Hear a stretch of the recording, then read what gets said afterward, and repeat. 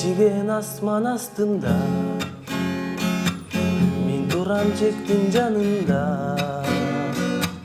Куралды колго кармап, антымды бекем сактап, кайтарам күн түн чегара. Куралды колго кармап, антымды бекем сактап, кайтарам күн түн чегара. Карегим сенсиң мекеним, кайраты күчтүү жигитмин. Чептен дагы бекем болуп, жоокерим турса коруп, душманым турсо сестенип.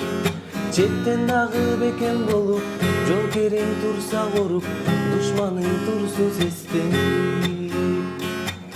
Айтылуу кыргыз элимдин айбаты күчтүү экени, чектен дагы бекем болуп, жоокерим турса коруп, душманым турсун сестенип.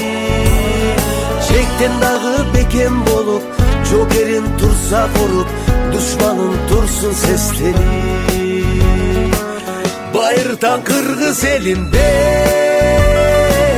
эр жигит элдин четинде, жоо бетинде элин коргоп, душмандын жолун тороп, сакташкан экен кезинде. Жоо бетинде элин коргоп, душмандын жолун тороп, сакташкан экен кезинде.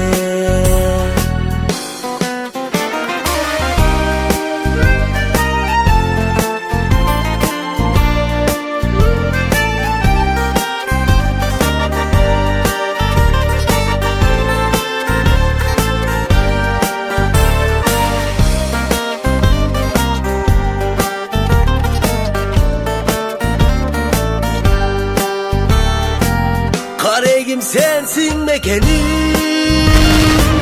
kayratı güçlü jigitmin. Düşmanın yolun tosup, dostluk'a kolun sosup, can dilim benim erimdin.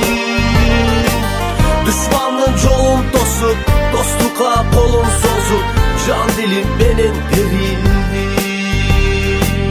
Bayırdan kırgız elimde,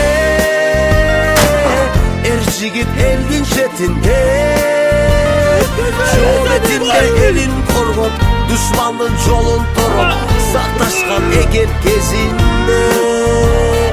Жоо бетинде элин коргоп, düşmanın жолун тороп, saqtashkan экен кезинде. Saqtashkan экен кезинде. Saqtashkan экен кезинде. Buyruk kılamın.